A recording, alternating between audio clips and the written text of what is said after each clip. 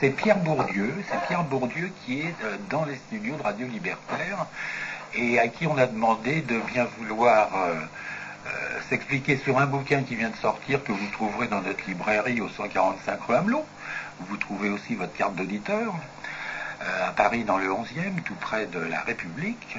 Et ce bouquin de la collection Raison d'agir, dans la rubrique Contre-feu numéro 2, est centré sur le sous-titre, d'ailleurs, c'est Appel pour un mouvement social européen. Alors, c'est de ça qu'on va parler essentiellement, non pas que Pierre Bourdieu se soit précipité sur la plus importante affaire médiatique qui est Radio Libertaire pour la promotion de son bouquin, mais c'est tout de même un sujet qui est tout à fait en phase avec l'actualité, puisque on aura évoqué l'Europe, et l'Europe, c'est tout à fait en ce moment la vache folle, les sanctions prévues contre l'Irlande, qui est un très bon élève de l'Europe financière, mais qui n'a pas le droit d'investir dans la santé, l'éducation, etc. Donc deux sujets sur l'Europe. Le mouvement social, alors là Pierre Bourdieu nous dira un peu ce qu'il pense de la situation du mouvement social. Et puis enfin, l'appel, ça fait donc qu'on retrouve en troisième partie l'appel. Qu'est-ce qu'on peut faire? Ouvrir sa gueule, comme il le disait dans un interview avec Günter Grass sur Radio Libertaire. On essaye aussi de l'ouvrir, d'ouvrir notre gueule et d'ouvrir les oreilles de nos auditeurs qui nous écoutent, y compris pour nous critiquer. Mais auparavant, peut-être avant d'aborder ces thèmes, on va demander à Pierre Bourdieu, au fond, ce qu'il souhaitait, ce qu'il envisageait en venant à Radio Libertaire, alors que apparemment les médias officiels ne l'attirent plus. Alors Pierre Bourdieu. Non seulement il ne m'attire plus, mais il me repousse. Disons, ils sont repoussants. Voilà, ils sont repoussants. Et il est vrai que je refuse systématiquement les interventions à la télévision et à la radio. Et je suis venu là par plaisir, voilà, par solidarité et par sympathie, voilà, pour parler aussi de mon livre à des auditeurs qui sont, selon moi, parmi les destinataires privilégiés de ce livre, puisque j'essaie, entre autres choses, d'appeler à une sorte de mobilisation d'un type nouveau,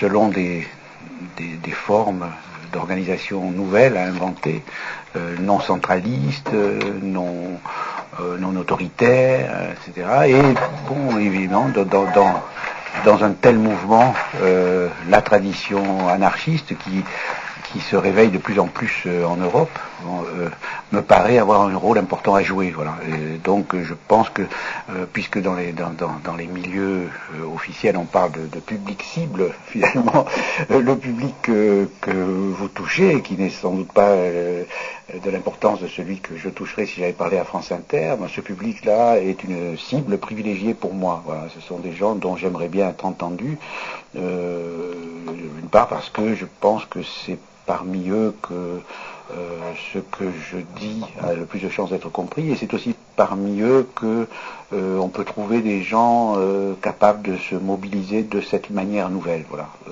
c'est de manière non encadrante. Voilà, alors des lecteurs, alors voilà, vous savez maintenant, auditeurs de Radio Libertaire, que il va falloir que vous plongiez dans la lecture, assez facile, je dois le dire, c'est pas parce que Pierre Bourdieu est sociologue qu'il utilise un langage uniquement destiné à ses pairs.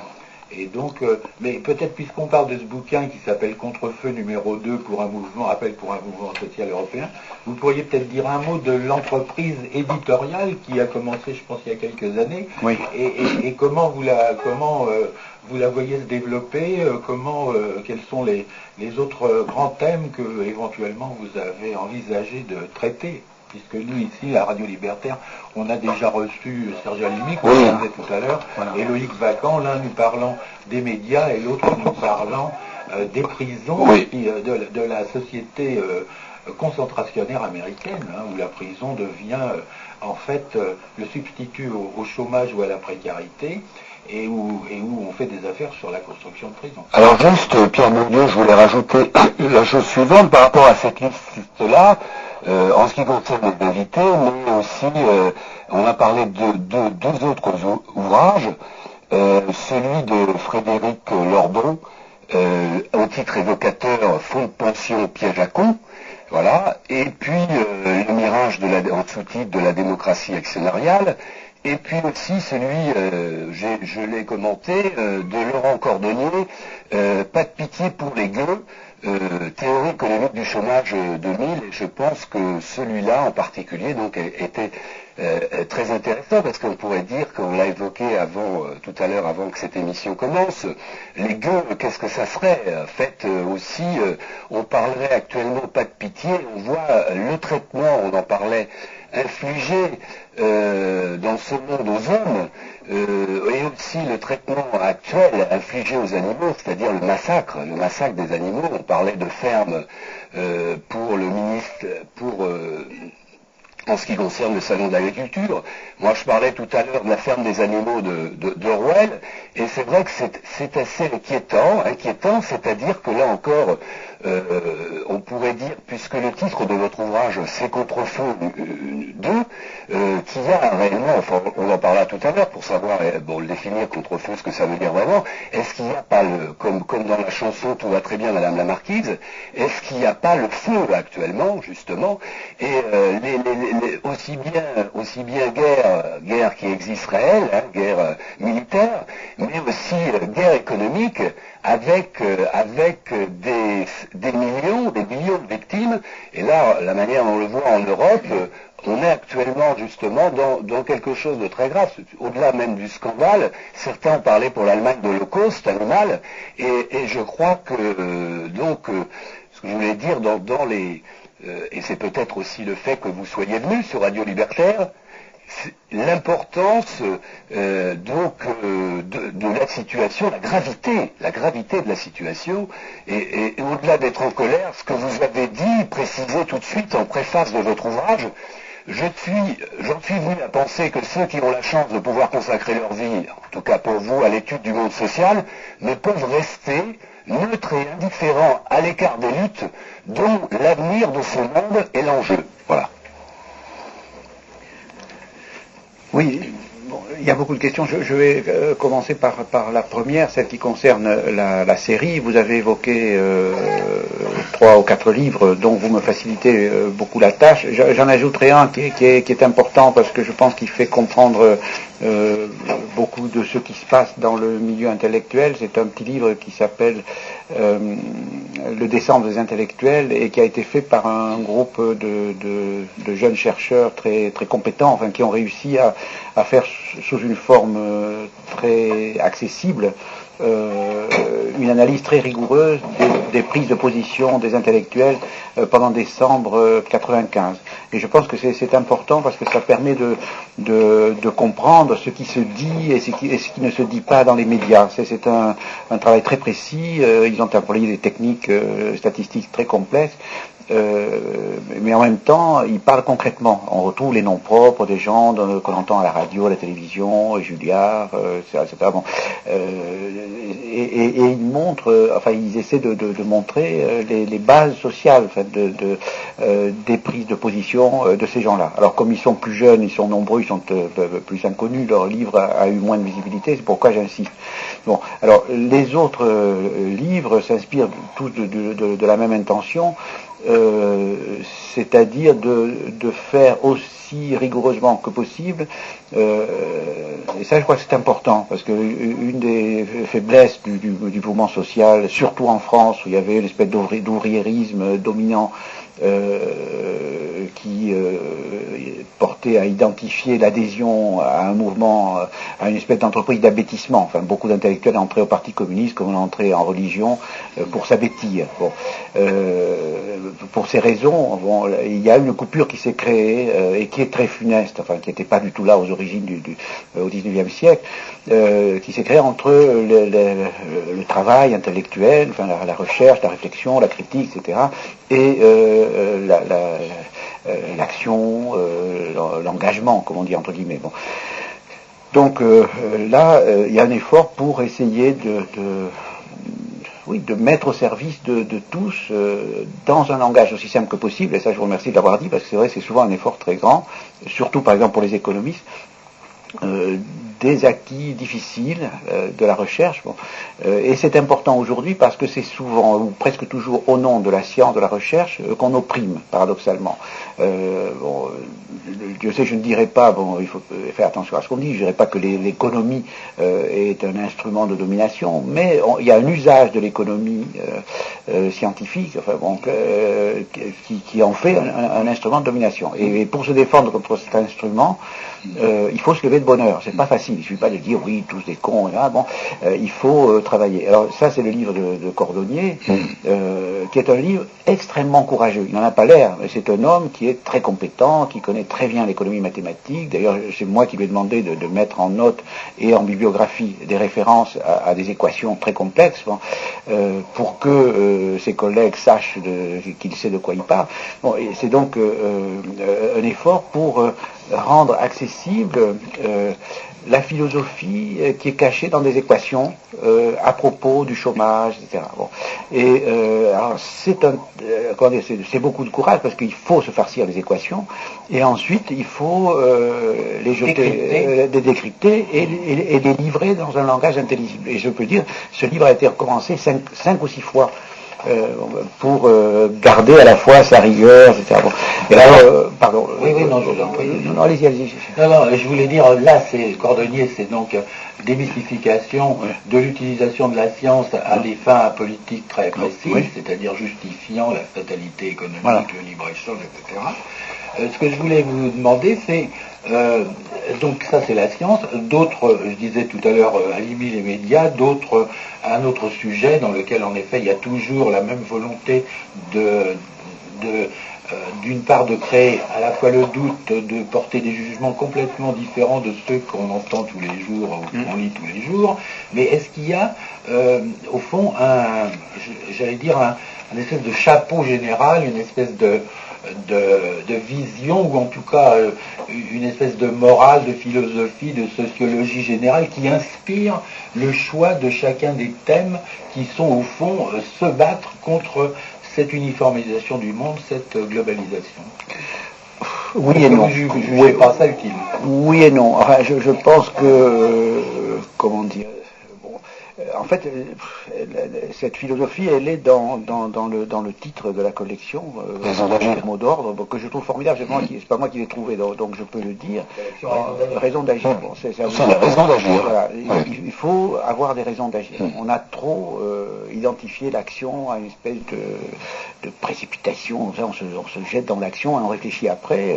Je pense qu'il est important d'avoir des raisons et des raisons rationnelles. Enfin, bon, élaborée, réfléchie, construite, etc. Bon, et on ne peut pas identifier la politique à un coup de cœur. Voilà. Bon, ça, je pense que d'ailleurs les jeunes générations, qui sont statistiquement, enfin plus instruites, mieux formées, ne supportent plus. Je pense que dans la déception que produisent les partis, les mouvements et même les syndicats, il y a en grande partie ça. Je pense que, par exemple, le succès de certaines tendances syndicales comme Sud, etc., tiennent au fait en grande partie qu'il a pour initiateur des gens qui ont compris ça, qui ont compris qu'on parlait plus comme avant, que c'était fini ces conneries dogmatiques, rigides, qui consistent en fait à prendre les gens pour des cons. Bon, et ça, je pense, raison d'agir, c'est ça la philosophie, c'est de dire aux gens, il y a des choses très difficiles et il faut l'accepter. Voilà. Moi, je dirais, par rapport justement à cette bureaucratie syndicale, raison d'agir soi-même de façon autonome, sans se laisser simplement porter par un catéchisme, comme vous le disiez pour les communistes, et sans se laisser porter par une bureaucratie qui finalement, d'ailleurs vous le dites à certains moments dans cet ouvrage, a tendance à se complaire, à s'installer autour du bureau patronal, du bureau des chefs, du bureau des gens riches. On le voit bien dans la collusion, la complicité Baron Seyer, c'est-à-dire où effectivement on se demande là si la simple idée de critique, de mettre en doute la parole du maître, la parole du Seigneur, existe encore dans la... enfin, n'est pas totalement oubliée par les appareils sonicaux. Oui, mais c'est très général. Enfin, ce que vous dites est absolument vrai. Je pense que, bon, c'est pas d'aujourd'hui. J'avais écrit je crois que c'est dans la distinction que les mécanismes sociaux d'imposition culturelle, de domination culturelle, font que, bon, les syndicalistes qui sont reçus par Giscard d'Estaing, j'ai employé cette expression, sont dans leurs petits souliers. Et j'avais illustré cette analyse par une photographie où on voyait Ségui assis en face de Giscard d'Estaing.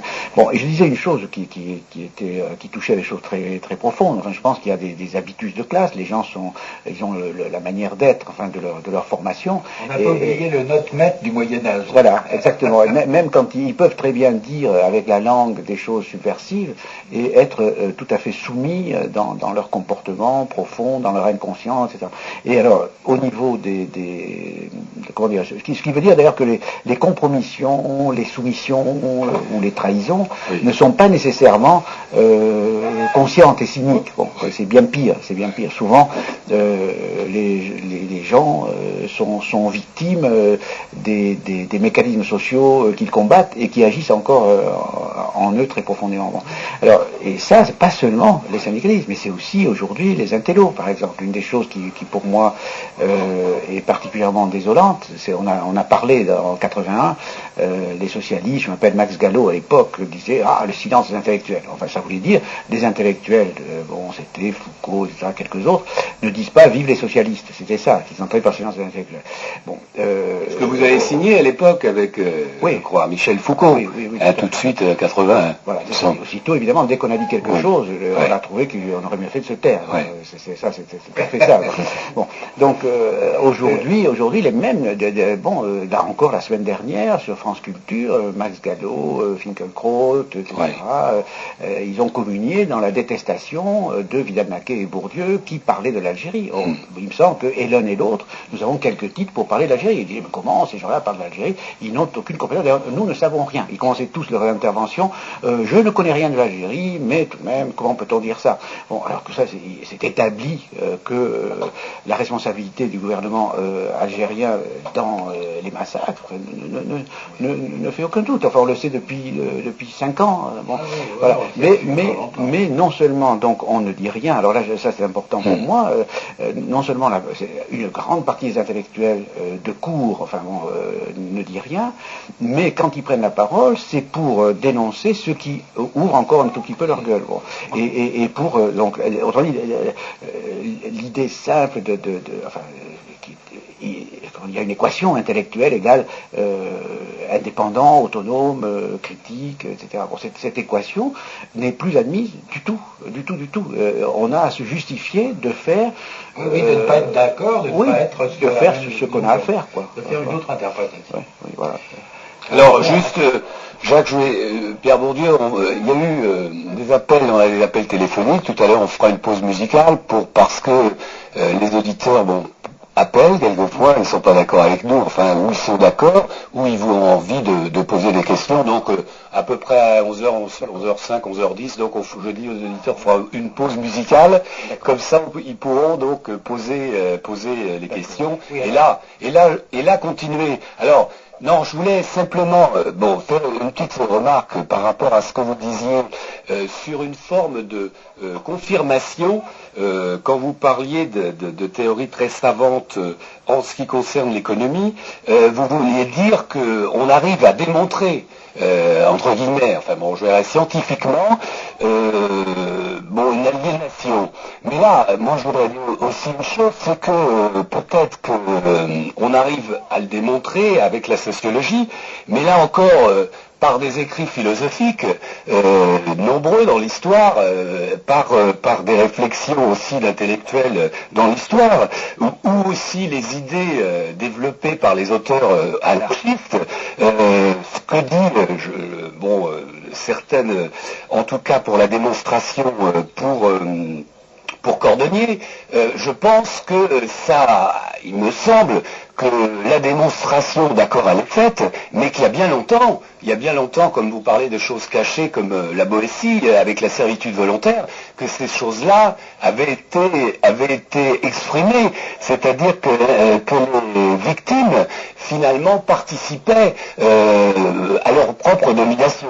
Alors, un des aspects, celui-là, au-delà des philosophes, aussi des artistes qui ont, bon, quelquefois on dit une façon de voir, d'aller un petit peu au-delà, de voir un peu plus loin que le bout de leur nez, que d'une certaine manière, ces choses-là, quand même, ont été évoquées depuis des dizaines d'années, et certainement, d'une certaine manière, je dirais le rôle, de la sociologie, le rôle de vos travaux, ça serait d'apporter l'affirmation que ce qui était analysé, ce qui était pensé, ce qui était vu et perçu par beaucoup de gens, eh bien, évidemment, c'est une forme de vérité. Et là, je voulais juste terminer par ce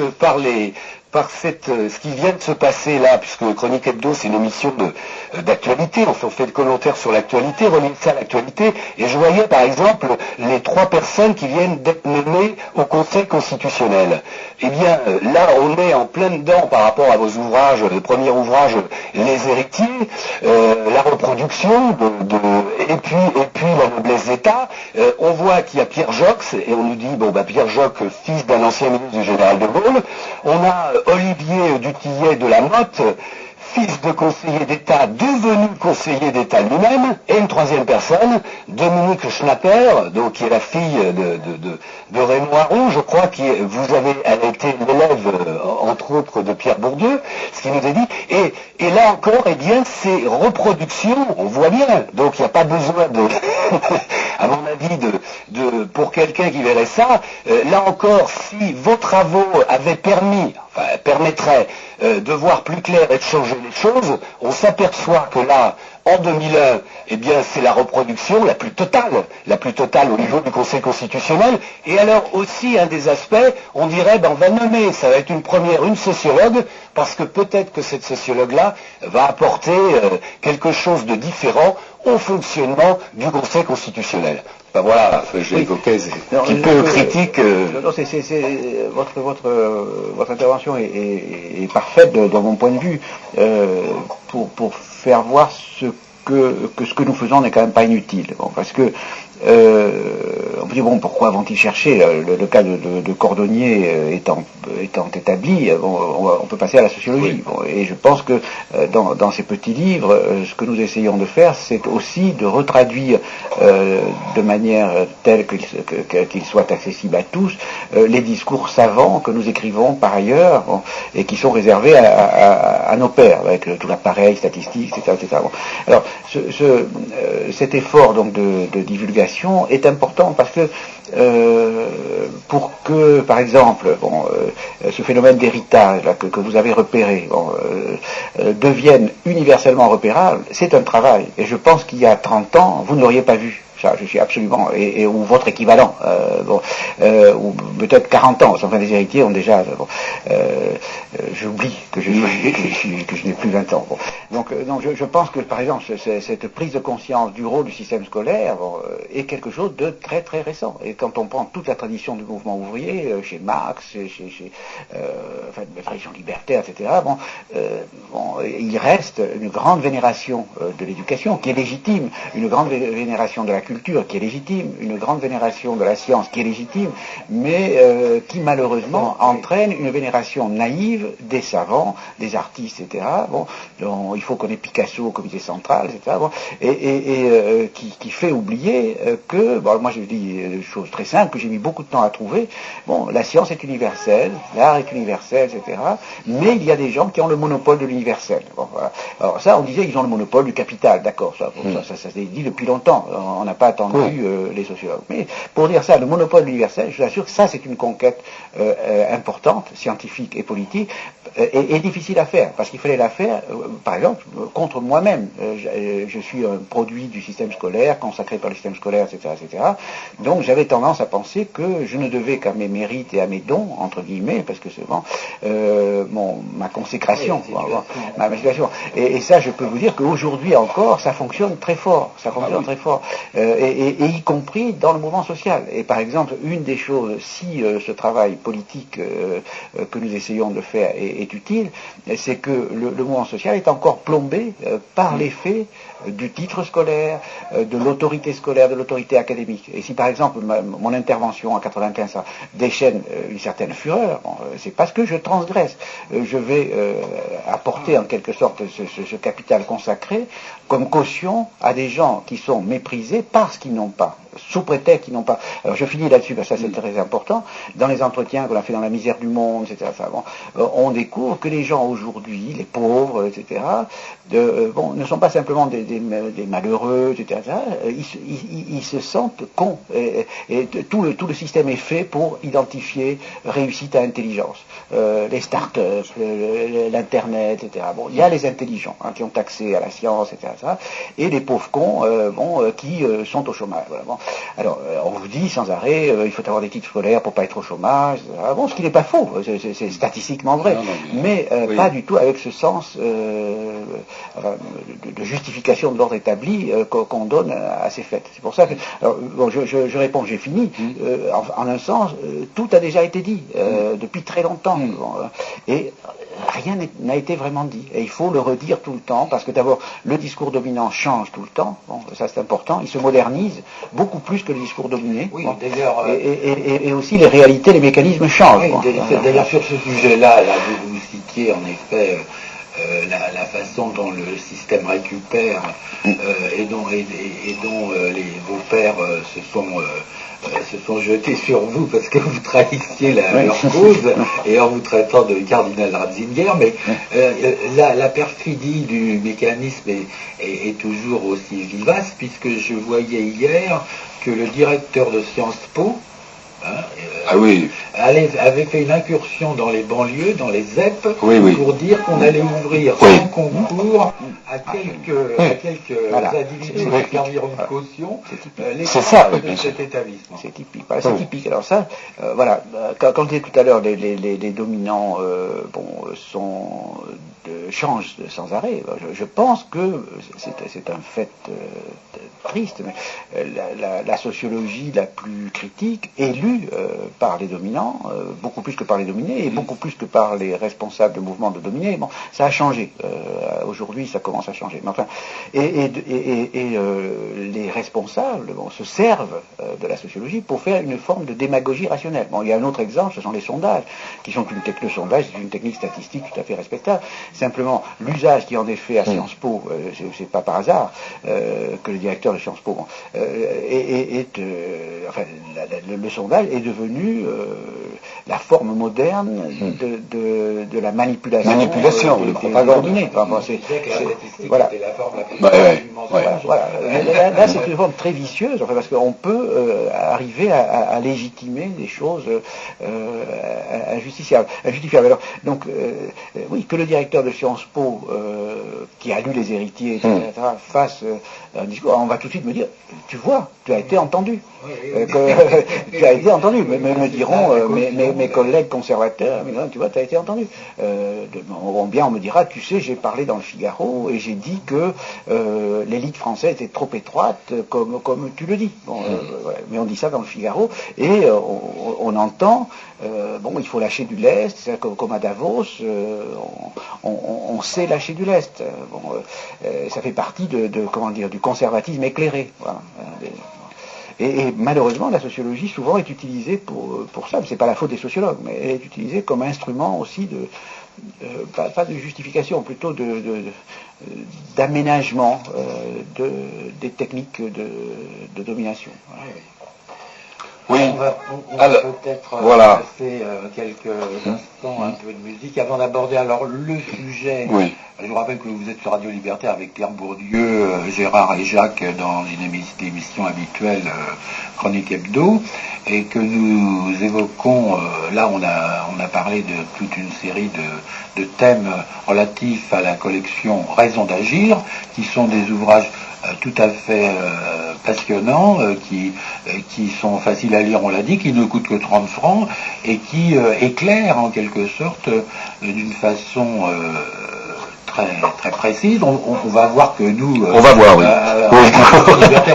On a des raisons de trouver que ça va pas assez loin. Ce sera la deuxième partie de cette émission. Mais ce que je voulais vous dire, c'est que nous allons peut-être faire une petite pause avant d'aborder le bouquin qui vient de sortir et qui s'appelle Appel pour un mouvement social européen. Contre-feu 2. Alors je rappelle aux auditeurs le numéro du studio, le 01 43 71 89 40.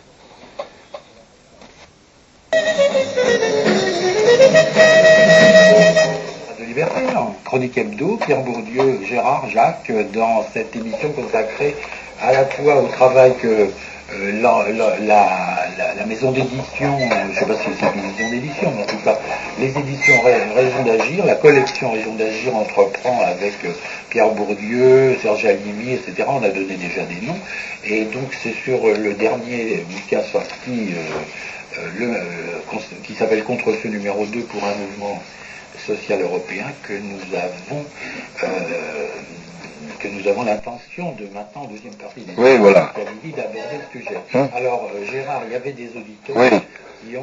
Alors là, oui, avant d'aborder donc là, on va voir ça la critique aussi de l'ouvrage Contre-feu 2, une question en particulier d'un auditeur qui est venu, lui, en tant qu'auteur d'un bouquin qui s'appelait Les mots du marché, qui s'appelle Raoul Villette, dans cette émission, les mots du marché, le marché des mots, très important. Cet ouvrage montrait un petit peu, justement, au travers de l'information, la désinformation, la propagande, les mots utilisés, en particulier quand on parle de quartiers sensibles, au quartier.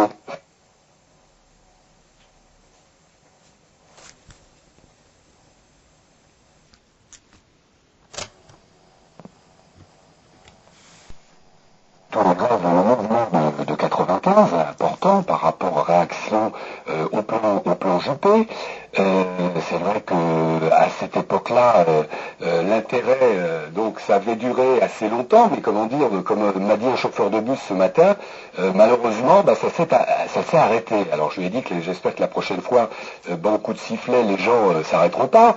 Alors la question était la suivante, c'est que pour Raoul Villette, il semblerait, il fait référence à un ouvrage de Gérard Filoche, je crois qu'il est au ministère qui est inspecteur du travail, il me semble, si je ne me trompe pas, que vous, à l'époque, vous aviez apporté, exprimé, évidemment, même participé au mouvement social, soutenu le mouvement social, et qu'à l'époque, paraît-il, enfin c'est ce qu'il m'a dit, vous aviez refusé de condamner le plan Nota.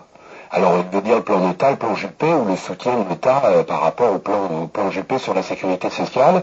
Alors, j'entends bien sa question, de voir que du même coup, vous soutenez, mais que vous aviez, parce que à l'époque, il y avait tout un tas de gens qui soutenaient, il me semble, qui avaient soutenu le plan Juppé, c'était ça. Et puis après, il y avait eu une évolution, et on avait vu que ça avait vraiment changé, qu'il y avait des gens qui s'étaient engagés, évidemment, dans les grèves, voilà. Oui. Bon, c'est faux, c'est simplement faux. Et donc il faut que Raoul Villette lise le livre Novembre des intellectuels, où il y a à la fois la chronique des faits. Je ne fais pas partie du tout des gens qui se sont ralliés à la critique après avoir soutenu le plan, pas du tout. La liste des gens se trouve dans le livre, tout y est. Et il est clair que j'ai été tout de suite dans l'opposition et que j'y suis resté. Voilà. Alors, ce qu'on peut se demander, c'est pourquoi ce genre de bruit circule, qui le fait circuler, et pourquoi quelqu'un d'aussi intelligent que Raoul Villette le répète. Bon, ça c'est dangereux, il faut quand même apprendre, ça fait partie de l'apprentissage des luttes politiques, il faut apprendre qu'on peut être intoxiqué et qu'on peut collaborer à des intoxications. Et bon, alors si on se demande qui a intérêt, par exemple, à ce qu'on dise ça de Bourdieu. Ce sont évidemment les mêmes qui vous appelaient en 98 le cardinal Ratzinger de la Chambre. Voilà. C'est pour ça que je vous ai posé la question. Je vous remercie. On me fait surtout dire tellement de bêtises que je suis heureux quand je peux en abattre au vol une. Voilà. Il y avait une autre question ?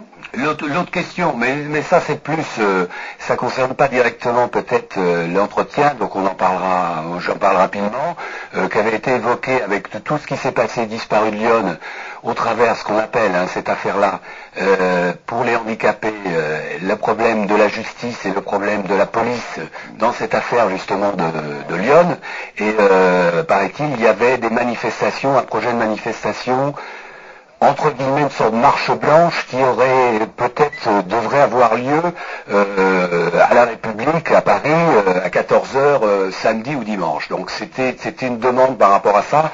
Et aussi, une auditrice nous disait l'importance de cette question-là sur le fonctionnement ou dysfonctionnement, comme on dit, de l'appareil de justice, appareil de police, les notables, et cette affaire de Lyon qui est aussi révélatrice quand on parle de la domination, quand on parle de l'oppression, de quelque chose d'extrêmement grave qui s'est passé et qui, pour beaucoup de gens, les silences autour de cette affaire sont assourdissants. Voilà, c'était juste donc là aussi je profite. Vous m'avez demandé tout à l'heure quels étaient nos projets en ce qui concerne la collection. Parmi les projets, il y en a un, c'est de faire un petit livre dont les auteurs seraient deux responsables du syndicat de la magistrature sur les contributions que la police, la justice, etc., apportent au maintien de l'ordre moral. Alors il faudrait ajouter le journalisme, parce que je pense que actuellement tout ce qui concerne la pédophilie, etc., il y a tout un tas de déconnages, il n'y a pas d'autre mot, contribuent autant que la police et la justice. Si la police et la justice sont le bras visible de cette répression symbolique, etc., la tête souvent, c'est le corps des intellectuels journalistes, ces gens qui font semblant de penser, qui parlent dans les micros le dimanche matin entre 11 et 12 sur France Culture, je cite très précisément, le samedi matin entre 9h30 et 10h30 sur France Culture. Bon, ces gens-là passent leur temps à pour ne pas les nommer, et ces gens passent leur temps à faire du travail de police symbolique, de maintien de l'ordre symbolique, de reproduction de l'ordre moral. Ils ont pris la place des curés, ni Dieu ni maître, c'est l'occasion de dire ça. Et alors, ceci dit, avec toutes les apparences, ils peuvent avoir les apparences, se dire de gauche, se vivre comme libérés, même libertaires, et ils contribuent de façon très forte. Et je pense que, alors c'est pas du tout de la détestation personnelle. Ces gens sont de bonne foi. On peut quand même se poser des questions à force de répéter autant la parole du maître, si de temps en temps ils disent pas est-ce que je pourrais peut-être réfléchir ou critiquer ou au moins douter. Oui, mais il faut. Vous êtes gentil. Je suis gentil, mais je pense qu'ils croient qu'ils doutent. Je pense qu'ils sont convaincus qu'ils doutent. Il y a une sincérité. Ils sont philosophes. Ils ne cessent pas de dire qu'ils sont philosophes. Bon, philosophe, ça devrait vouloir dire ça. En fait, ce sont des porte-paroles de l'ordre établi, qui par manque de réflexion, par précipitation, par conformisme, parce que ils se voient toujours entre eux, ils sont tous d'accord, ils sont bien dans l'espèce de guimauve morale. Voilà. Bon, alors voilà pour les questions. Oui. Et alors, donc le bouquin. Le bouquin, voilà. Ouais. Alors là, on a jusqu'alors, au fond, on n'a pas soulevé des points sur lesquels on se pose des questions. En lisant votre bouquin, comme je le disais tout à l'heure, je voulais aborder le sujet de l'Europe, parce que vous dites d'une part que l'Europe est un leurre, que l'Europe fonctionne comme un leurre, comme un masque. Mais en même temps, vous insistez sur, je cite un certain nombre d'extraits, évidemment un peu hors de leur contexte, mais enfin, vous rattraperez si ça ne correspond pas à votre pensée. Vous insistez sur le fait qu'il faut plutôt lutter pour la transformation démocratique d'institutions antidémocratiques, qu'il vaut mieux radicaliser et non pas annuler le projet européen, qu'il faut remplacer la Commission parce qu'elle serait antidémocratique par un exécutif responsable devant un Parlement, etc., élu au suffrage universel.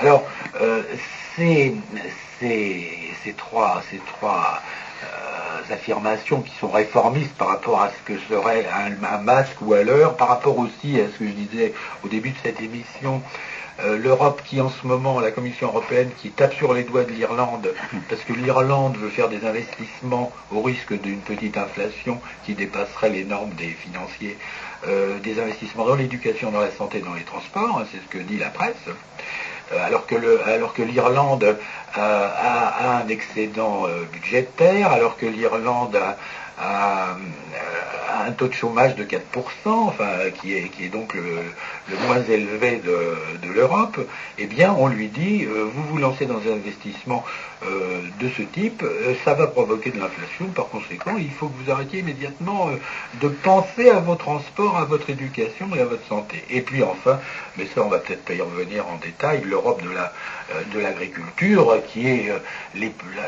l'effroyable catastrophe que citait tout à l'heure Gérard, et qui montre à quel point l'Europe s'est fourvoyée dans ce domaine en particulier, qui en plus est le plus coûteux sur le plan financier, depuis le début, depuis 1950, c'est-à-dire qu'il y a un demi-siècle pratiquement d'Europe agricole qui est partie dans la mauvaise direction, vers le précipice et vers cette catastrophe que je retrouvais des vieux documents de 1948 ou 47 au moment de la création de l'hypothèse de la création de l'Europe et de l'Europe agricole. Et déjà, c'est dommage que j'ai retrouvé ça qu'en note, déjà un journaliste anglais de l'Économiste disait « Je ne comprends pas que dans les projets de la future Europe agricole, on fasse des subventions aux produits et non pas des aides aux individus », parce qu'il prétendait que le mécanisme allait entraîner évidemment des phénomènes de concentration agraire, de concentration et de productivisme. Et ça, il y avait ça dans un journal anglais en 1948, c'est incroyable. Oui, alors, donc c'est un petit peu ce décalage que je vois dans votre timidité par rapport à l'Europe, et puis ce qu'elle est. Oui, non, mais je suis tout à fait d'accord sur la partie critique. Enfin, je pense qu'elle est abondamment exprimée hein, dans le livre. J'ai dit constamment que l'Europe actuelle était un relais des forces économiques dominantes, et que il y a un petit chapitre, c'est un topo que j'ai fait à Vienne qui s'appelle l'Europe ambiguë, où j'essaie de dire en résumé, je crois que c'est important pour beaucoup de gens.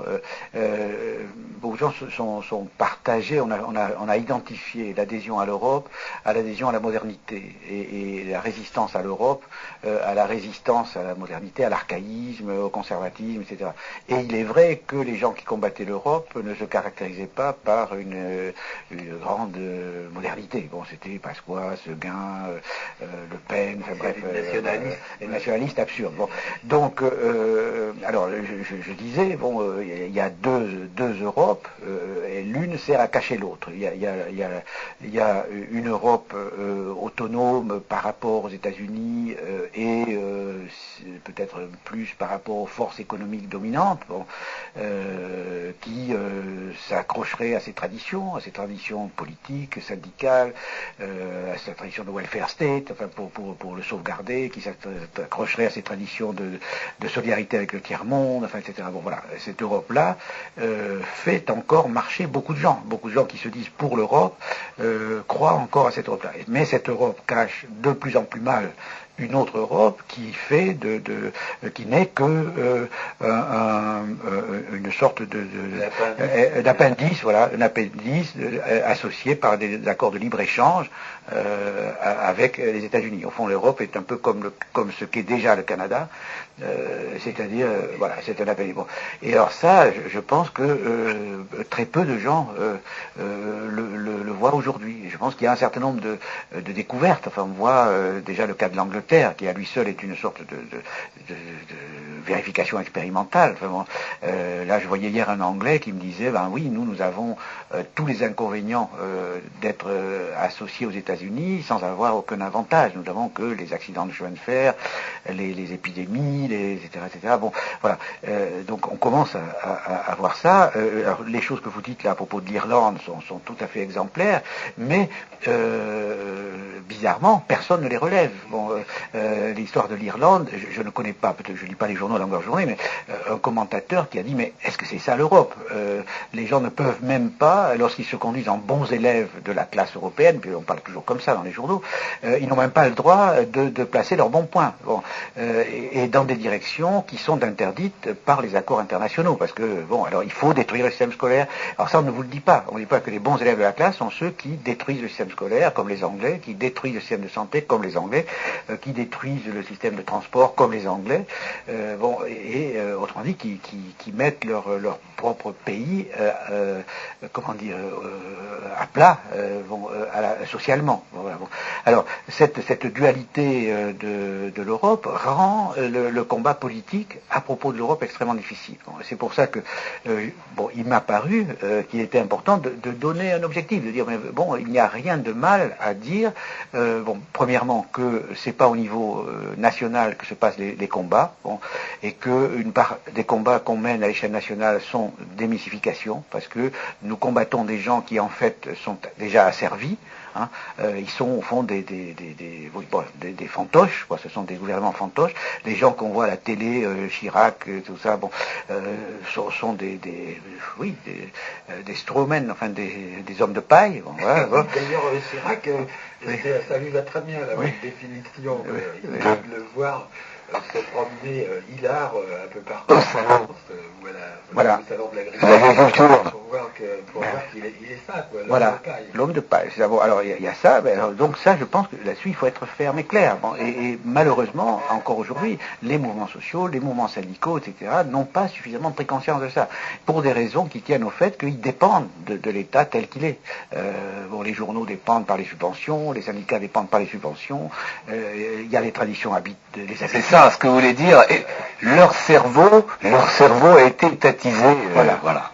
Et c'est exactement un problème, justement, de prendre conscience de ça qui est très difficile. Dire déjà qu'il faut lutter. Alors on peut dire, il faut lutter au niveau mondial. Bon, mais au niveau mondial, c'est quand même très abstrait. On ne peut pas faire Seattle tous les matins. Quand on répète l'expérience à Porto Alegre, déjà, ça ne marche pas tout à fait aussi bien. Alors, moi, je dis, il y a un niveau où se situe une possibilité de lutte, parce qu'il y a encore des syndicats très puissants en Allemagne, etc., en Italie, en Espagne. Bon, ils ne sont pas encore complètement détruits comme en Angleterre. À ce niveau-là, on peut concevoir une nouvelle forme de mobilisation capable de sauver ce qu'il y a encore d'intéressant en Europe. Un certain syndicalisme, voilà, c'est peut-être naïf, mais il faut bien donner un objectif, sinon quoi faire? Oui, mais ce que je voulais dire, c'est que la formulation que vous donnez en imaginant que le simple fait d'avoir un Parlement élu au suffrage universel ou bien simplement réformer l'Europe existant pourrait avoir un effet. Je suis d'accord. Non, mais vous avez raison. Vous avez raison de dire, comment dire ça? Par exemple, disons qu'on aurait une élection au suffrage, d'ailleurs, c'est pas une proposition très très originale, hein, mais même je pense que Delors l'a déjà faite. Alors c'est dire qu'elle n'est pas originale. Une élection au suffrage universel direct pour l'ensemble de l'Europe le même jour. Bon, ça pourrait avoir des effets. Ça veut dire que les gens auraient intérêt à faire des listes européennes, qu'il y aurait des partis européens. Le danger, ça serait que le premier parti à se constituer serait le parti extrême droite. Mais à part ça, il est probable qu'il y aurait des partis européens qui sont obligés de discuter des plateformes, donc de parler dans plusieurs langues, de s'organiser. Bon, ça aurait des effets. Bon, alors, à condition qu'à côté il y ait d'autres choses, que la commission soit dissoute, que la commission est à dissoudre immédiatement, parce qu'elle est actuellement, M. Lamy et M. Prodi sont des relais directs des forces économiques dont je cite les noms là. Oui, parce que vous évoquez à un moment dans votre bouquin, vous parlez de partis à modèle soviétique. Oui. Vous le dites. Oui. Donc, d'une certaine manière, ça pourrait être le constat suivant. Est-ce qu'avec ces partis de modèle soviétique, on peut faire quelque chose? Est-ce qu'on peut les transformer, les amender? Et notre point de vue par rapport à ça, c'est ça peut-être, c'est de dire que s'appuyer dessus, s'appuyer sous une forme de parti justement à la soviétique, c'est créer encore une fois une illusion supplémentaire qu'on pourrait aménager, changer, transformer, que le point de vue qu'on pourrait avoir par rapport à ça, c'est qu'il faut faire autrement. C'est que justement le mouvement, si on parle d'un mouvement social, faut qu'il soit original, il faut trouver d'autres formes.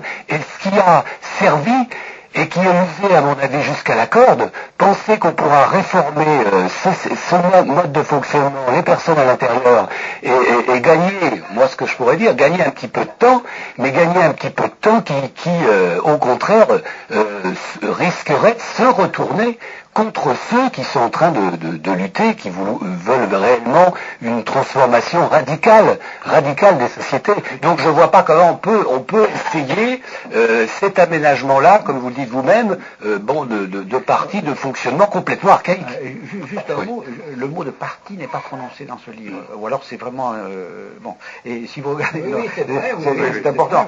Et dans le chapitre qui s'appelle contre la politique de dépolitisation, où j'essaie de dire ce que pourrait être un mouvement social européen.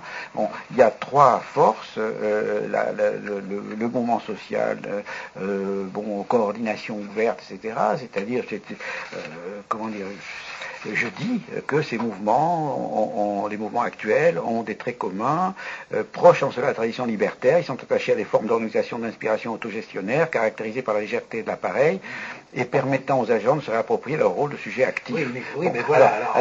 Le sujet actif, c'est là où vous dites aussi, d'ailleurs dans ce bouquin, que la politique est devenue simplement un mécanisme de délégation de pouvoir avec un vote inopérant qui consiste à aller un peu comme on va à la messe ou qu'on va en abandonnant. Alors c'est sur ce sujet-là que effectivement nous anarchistes nous disons on voit pas en quoi un suffrage universel dans des conditions dans lesquelles en effet les acteurs qui ne sont plus devenus des acteurs mais qui sont devenus au fond des simples individus vidés de toute leur capacité de jugement pourraient influencer sur ce qu'il faut bien dire. 50 ans d'une Europe absolument désastreuse, on ne peut pas remettre des Russes. D'accord. Oui.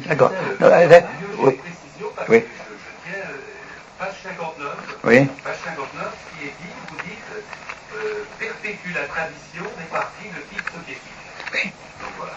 Attendez, je ne sais pas si c'est... Des partis de type soviétique, page 59. C'est où, au milieu, là? C'est la 3, 6, 7e ligne. Oui, attendez, oui, d'accord. Attention, Gérard, ne lis pas en dehors du contexte. Non, attendez, il faut faire attention. Donc, je finis ma réponse. J'ai dit, il y a dans ce truc contre il y a trois pieds. Premièrement, ce mouvement social qui, au fond, il faut le dire, est de tradition libertaire, qu'il le sache ou non. Bon, deuxièmement, Oui, parce qu'il met en cause les pouvoirs d'État et les pouvoirs de la superstructure étatique que constitue la... Voilà, et puis aussi, dans sa ses modes d'organisation. Il est très décentralisé, local, etc.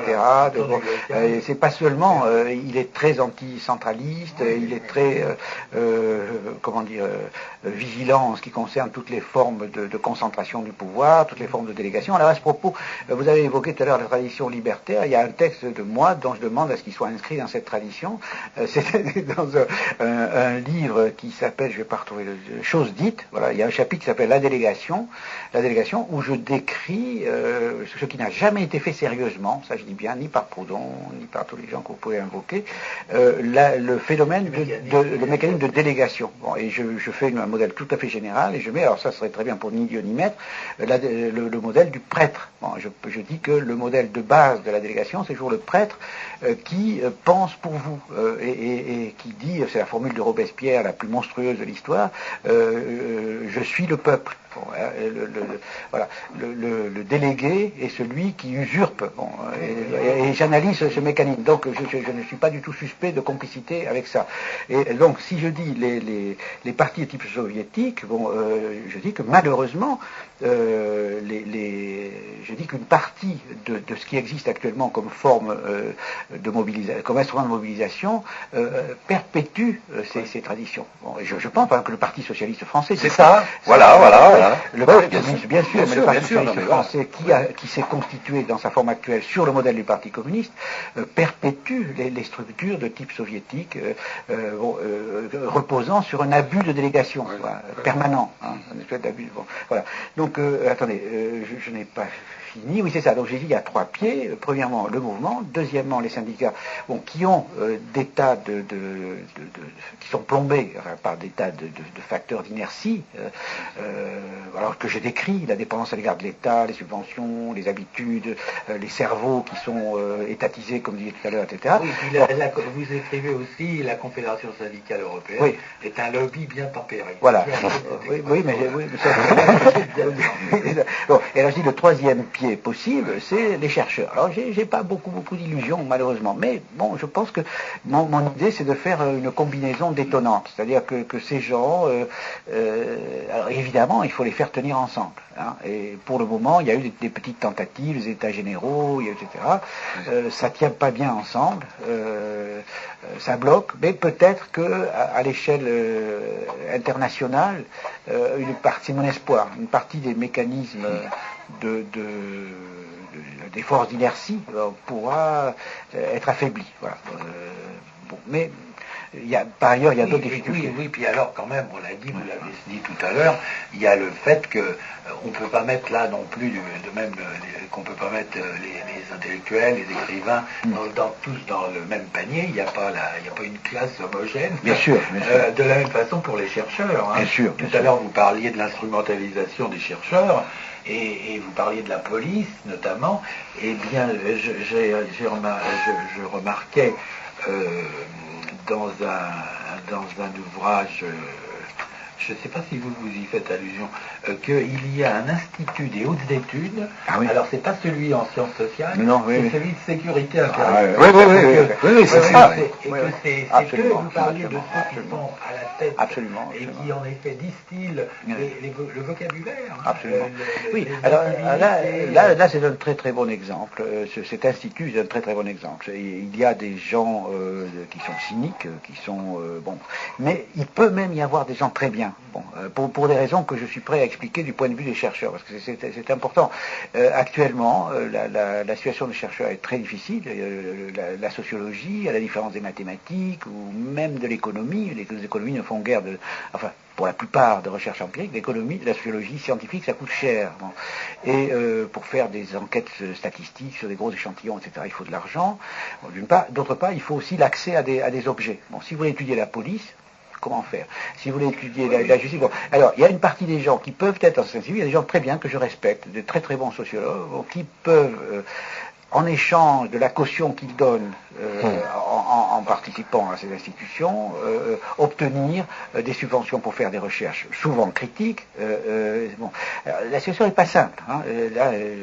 Je dis ça parce que il faut faire attention. C'est aussi de l'éducation politique que je fais. Souvent les gens font, dans les mouvements de gauche critiques, anarchiques, il y a une faiblesse, c'est la mise à l'index. Hein. On dit, c'est un peu la première question. Ah, Bourdieu, il a signé. Ça c'est con. C'est pas seulement salaud, c'est con, parce que ça affaiblit, ça n'a pas de sens. Alors, il faut faire très attention à la dénonciation rapide, superficielle. Il y a eu des époques où on guillotinait, on a guillotiné Condorcet comme ça, parce que c'est injuste, était un mauvais médecin. Alors, il faut faire très très attention à ça et être en garde toujours contre les choses sont compliquées. Voilà. Il est certain que quand on vit dans un environnement qui est entièrement opposé à ses propres conceptions, on ne peut pas non plus ne pas être impliqué plus ou moins involontairement ou indirectement dans des mécanismes. Oui. Le danger, c'est que cette participation peut servir de caution et qu'elle peut dire d'accord, nous avons une minorité qui n'est pas d'accord avec ce qui prouve, mais la majorité estime que c'est ainsi que nous absolument. Non, d'ailleurs, il y avait dans Le Monde Diplo un article de Pierre Rimbert, qui est un de mes étudiants, qui est un garçon absolument remarquable. Voilà, mais ce garçon a fait un papier très argumenté, très documenté, avec les noms propres, très sérieux. Alors, dans son milieu, dans le milieu des chercheurs, on dira comment, c'est une dénonciation, c'est pas de la science. Bon, et en même temps, de l'autre côté, on peut s'en servir pour dire ce qui va lui rendre la vie encore plus difficile. Mais comment, Monsieur X qui est là, c'est un pourri. Bon, comment dire, c'est pour ça que la situation n'est pas toujours facile. Hein. Ce garçon a démonté un mécanisme très important. C'est d'ailleurs lui, et c'est dans Le Monde Diplo que vous avez lu cet article sur cet institut. C'était un peu le symbole. Absolument. Parce que IHES. Non, mais c'est fait pour. C'est fait pour. Et là, voilà. c'est la sécurité. Voilà. Et du même coup, la sécurité légitimée. Absolument. Non, mais c'est ça tout à fait. Il a raison de pointer ça. Et tout ceci, c'est pas pour faire des attaques à domicile. Non, bien sûr. C'est pour dire qu'il faut se méfier quand vous dites qu'il faut faire entrer dans le débat public les conquêtes de la science, il faut effectivement se méfier. Ah, bien sûr. Il n'y a pas d'ailleurs que ce sujet-là, il y a les gens qui servent de l'économétrie pour démontrer n'importe quoi. Il y avait l'affaire Sokal et Brick il y a quelques années, qui montrait aussi qu'on fait des démonstrations en sciences humaines collées sur des démonstrations scientifiques. Il y a un bouquin aussi que je ne sais pas si vous l'avez vu, qui s'appelle Ni Dieu ni gène, qui est fait par des généticiens et qui développent la thèse, qui sont critiques par rapport à tout ce qui est OGM, à génie génétique et tout ce qui est manipulation de l'humain, et notamment cette espèce de divinisation du gène, entre guillemets, et dans lequel ils développent toute une série d'idées fondées sur des données scientifiques que je ne suis pas à même de suivre, n'étant pas moi-même scientifique, mais qui sont apparemment très intéressantes, allant jusqu'à dire qu'on réintroduit la métaphysique dans la génétique. Absolument. Réintroduire la Et la politique. Par exemple, il y a une espèce de naturalisation. On dit tout est dans les gènes, donc il n'y a plus d'histoire, les gens sont le produit de leurs gènes, c'est foutu une fois pour toutes. Bon. Donc, et ça, malheureusement, un certain nombre de savants peuvent être inclinés à accepter ces idéologies, sans réfléchir. Parce que ça correspond à leur vision de leurs intérêts, etc. Alors, tout ce que vous dites là, je suis absolument d'accord. Il ne s'agit pas de prendre les chercheurs tels quels et d'y voir comme au XIXe siècle, au nom de l'illusion de l'éducation. Le mouvement social sanctifié Pasteur. Pasteur était devenu une sorte de dieu. Il faut se méfier des savants, se méfier de la science. Mais on le fait mieux si on a des savants avec soi. Voilà. Voilà. Non, bien sûr. Non, mais je pense qu'il faut savoir que pour eux, c'est pas facile. Voilà. Et que c'est important. Et or, comment dire, il y a un coût à payer. Un type comme Cordonnier paye cher. Donc, il y a des gens qui sont beaucoup moins bons que lui en économie, ricaner et dire t'as vu le bouquin de Cordonnier. Alors, bon, il travaille pour être respecté. Bon, il va perdre. Et ça, sauf. Pardon, je dis ça, c'est important d'un point de vue. Il faut aider ces gens. Oui, à mon avis, je pense que ça, on a tous, je ne fais pas de psychologie de bazar, on a tous besoin d'une certaine reconnaissance. Oui, bien sûr. Mais je crois qu'il ne faut pas la chercher uniquement dans sa profession et dans son métier. Oui. On peut la trouver je suis d'accord. à l'extérieur. Oui, à condition que l'extérieur soit éclairé. Voilà.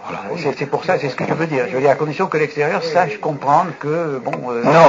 Voilà. Et puis l'autre aspect, c'est vrai que c'est très important, mais on en parlait tout à l'heure, la situation mondiale est telle que quand on parle de risque, vous l'évoquez, de toute façon, de mettre une forme de sa réputation ou sa position du moment en jeu, il faut se dire, enfin pour ce qui est de regard que les libertaires peuvent avoir sur l'ensemble des individus, de dire que pour certains, c'est vrai, il y a un risque de jouer sa position sociale, de jouer sa position économique, mais il y a quand même des millions de gens, qu'est-ce qu'ils peuvent jouer eux?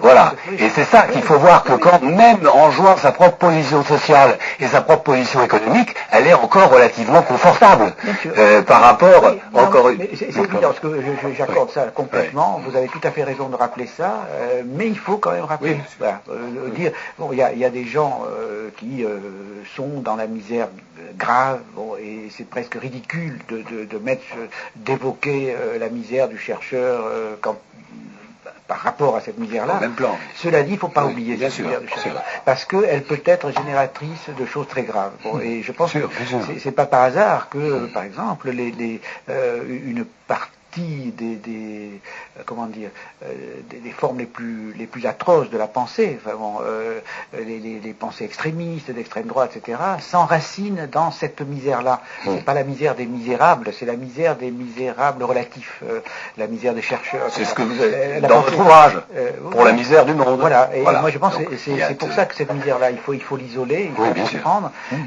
parce que on peut, vous savez, par exemple, le terreau de la pensée fasciste universelle était la France. Enfin, bon, c'est pas Bernard-Henri Lévy qui le dit, il a copié ça comme tout dans des livres savants.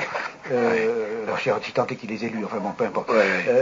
Mais il y a eu en France, enfin, une usine à discours fascistoïdes, enfin bon, qui souvent s'enracinaient dans le mouvement social. C'était des gens qui passaient de l'anarchisme à l'extrémisme de droite, qui passaient enfin bref.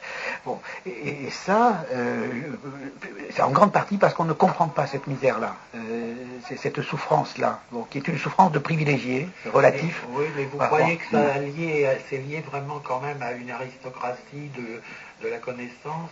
Est-ce que finalement ces évolutions qu'on a vues effectivement passer du socialisme au fascisme, on a vu ça notamment dans les années 40, bien sûr, avec Déa, avec Joliot, avec ces gens-là, et puis ça s'est vu dans l'histoire du 19e siècle aussi.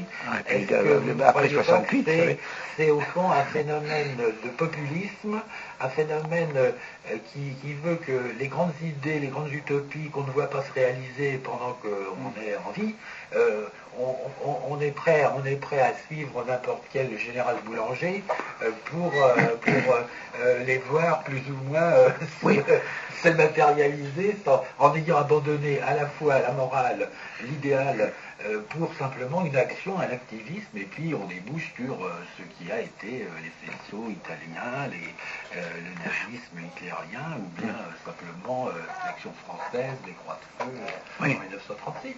Non, c'est pas seulement les chercheurs. Est-ce que vous... Non. Quand je parlais de cette catégorie-là, enfin, bon, Max Weber parle, il y a une expression qui est un peu vache. Il parle d'intellectuels prolétaroïdes. Bon, ça, je pense, c'est une catégorie très très dangereuse. Bon, dans l'histoire de l'humanité, Lénine est intellectuel pro-taoïste. Enfin, ce sont des gens très dangereux qui ont des comptes à régler avec le monde intellectuel. C'est injuste que j'évoquais tout à l'heure. Bon, ils ont des comptes à régler dans leur univers. Bon, et voilà, bon, c'est tout. Alors, ça englobe des artistes, des écrivains ratés.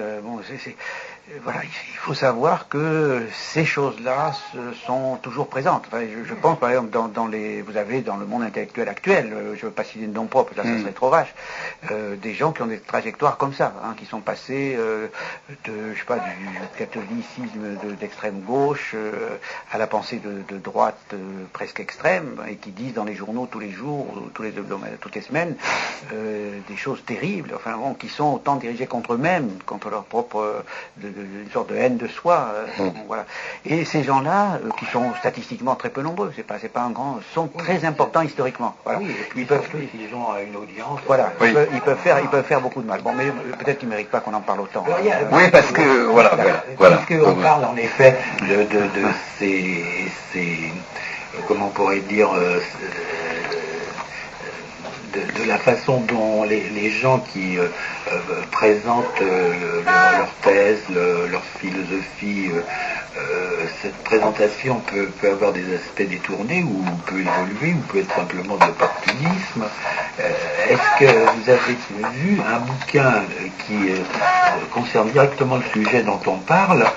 J'ai vu ça dans le Monde des livres du 27 février, donc c'est pas très vieux, un compte rendu sur un bouquin de deux Américains, le frère du financier de Jimmy Goldsmith, qui s'appelle Edward Goldsmith, et Jerry Mander, qui ont fait un bouquin qui s'appelle Le procès de la mondialisation. Non, j'ai pas vu ça. Et apparemment, non, mais là, on est... Et apparemment, en tout cas de ce qu'en dit Philippe Arnaud du Monde qui fait le commentaire, voilà des personnages qui sont apparemment intégrés dans le système, c'est-à-dire qui devraient être dans la pensée unique, et qui font une critique féroce de la mondialisation. Alors, il est certain que, je sais pas ce qu'il interprète, le journaliste qui a interprété le bouquin, parce qu'il s'étonne lui-même. On aurait tout vu. Des gens qui devraient, au fond, développer l'idée que le système économique américain, états-unien, est merveilleux, et c'est ça qui est l'avenir de l'humanité, eh bien, sont en train de dire que c'est au cours à la catastrophe avec. Oui, mais ça c'est déjà... Non, ça c'est vu. Regardez ça. Oui.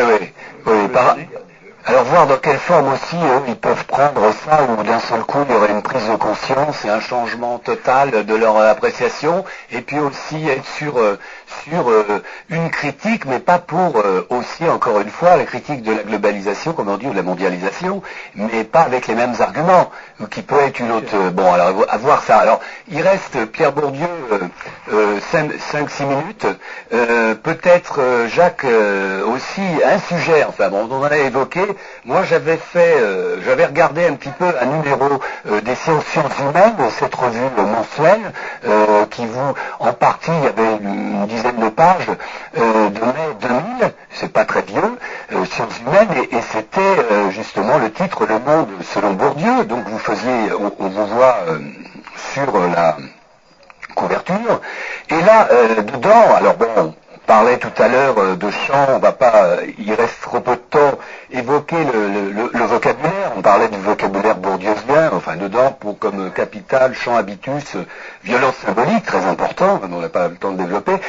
L'intérêt, il y avait deux choses à mon avis, c'était que le chant, bon, ce qui a été dit autour de vous, la nébuleuse de la gauche, alors expression peut-être à définir, qu'est-ce que c'est gauche de la gauche, et aussi ce qui me semblait par rapport à la lutte, bon, la lutte qui est engagée, alors qu'on voudrait nous, évidemment, très forte, radicale, c'est-à-dire que chaque personne, évidemment, prenne conscience de l'abomination de son monde, et que chacun a sa propre place, essaie de se bagarrer. Alors là, comme justement moyen, on pourrait dire d'attaque, pour faire une paraphrase, l'association pour la taxation des transactions financières pour l'aide aux citoyens, la définition du mot de l'association attaque, Agir ensemble contre le chômage à fait, et puis le Club Merleau-Ponty, fondé en 95, contre le libéralisme et la pension unique. Alors, nous, ce qui nous semble, bon, ce que l'on fait, on a écrit différentes choses là-dessus, et puis dans le monde libertaire, on y revient relativement souvent, c'est que nous, on a l'impression qu'ATTAC, cette association-là, est une association finalement qui est pleine d'illusions, enfin, ou qui voudrait donner illusion, et comme on dit, d'une certaine manière, comment taxer, imaginez 0,01% sur, on pourrait dire, le crime financier, ça, est-ce que ça peut servir à redistribuer aux plus pauvres? Et moi, je vous dirai tout de suite, est-ce que c'est pas encore une nouvelle illusion où des mentalités, puisqu'on en a parlé tout à l'heure, petites bourgeoises, se retrouvent dans cette association-là en disant, ben, c'est pas si mal que ça, on continue à faire comme on fait tous les jours, et puis finalement, si on peut participer à cette association un jour redistribuer un petit peu aux plus pauvres, et ben c'est déjà quelque chose. Voilà. Alors sans engager, bon, l'autre discussion par rapport aussi à on l'a défini tout à l'heure sur le chômage, le travail, la remise en cause de l'idéologie du travail dans nos sociétés. On n'aura pas le temps d'en parler, puisque c'était le titre du Monde aujourd'hui. Le chômage qui baisse d'1 million de personnes demandeurs, mais l'explosion de la précarité, l'explosion des travailleurs pauvres, ça s'est passé complètement de côté. Alors pour en rester là, on avait le sentiment que les moyens justement d'agir, les moyens de lutter, eh bien semblaient très faibles, et non seulement faibles, mais ce qui est un peu plus inquiétant est une illusion. Voilà. Je suis ravi de ce que vous avez dit, du problème que vous posez. Bon, je n'aime pas beaucoup cette revue Sciences Humaines, si vous remarquez, je n'y ai pas participé du tout. Oui.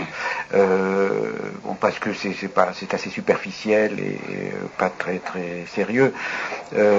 Alors, sur ce que vous dites de ces mouvements, attaques, etc., je suis assez d'accord. Bon, et une partie même très d'accord. J'avais écrit sur mon papier Utopisme petit bourgeois. Bon, oui, voilà, de bac à sable. Voilà. Oui, c'est un peu vache quand même.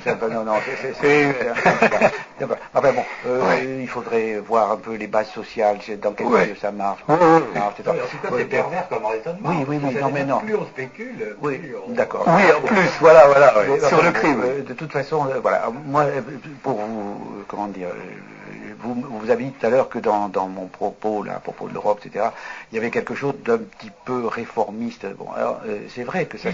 Timide, oui, mais alors, il me semble quand même que je m'en suis un peu expliqué.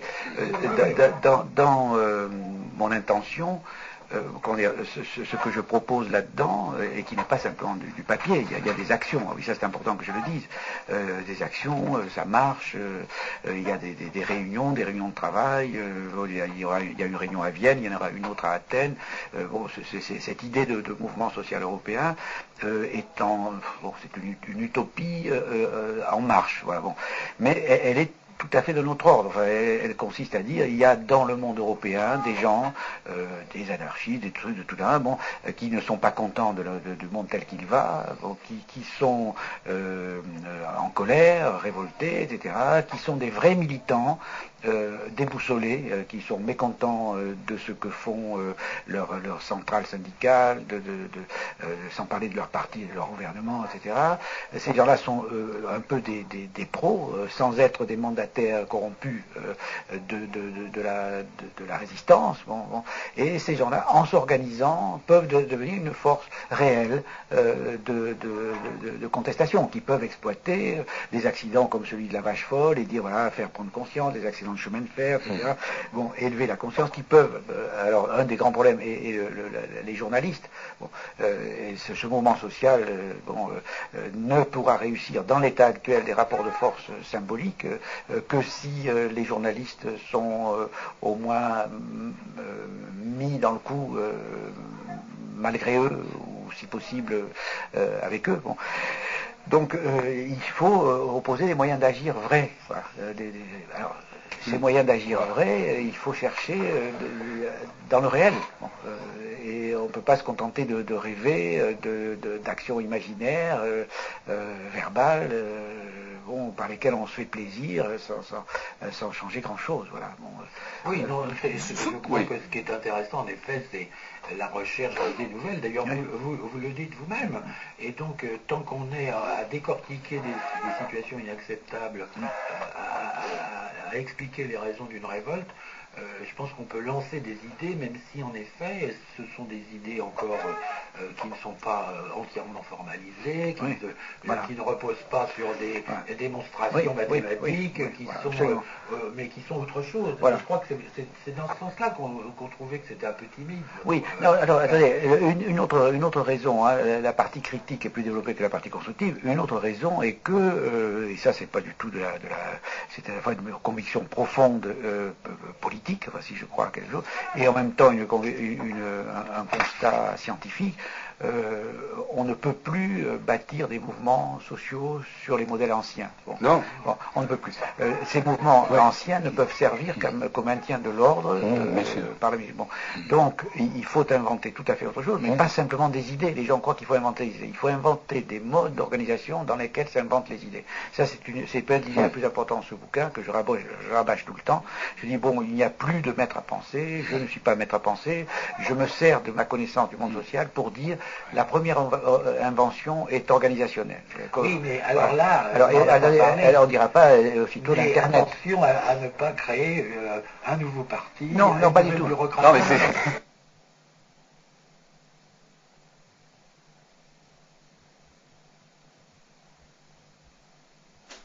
J'ai sauté sur l'occasion. Vos parents, ils sont riches. Mon père, il est cadre à EDF et ma mère travaille dans une trésorerie générale. Donc c'est quand même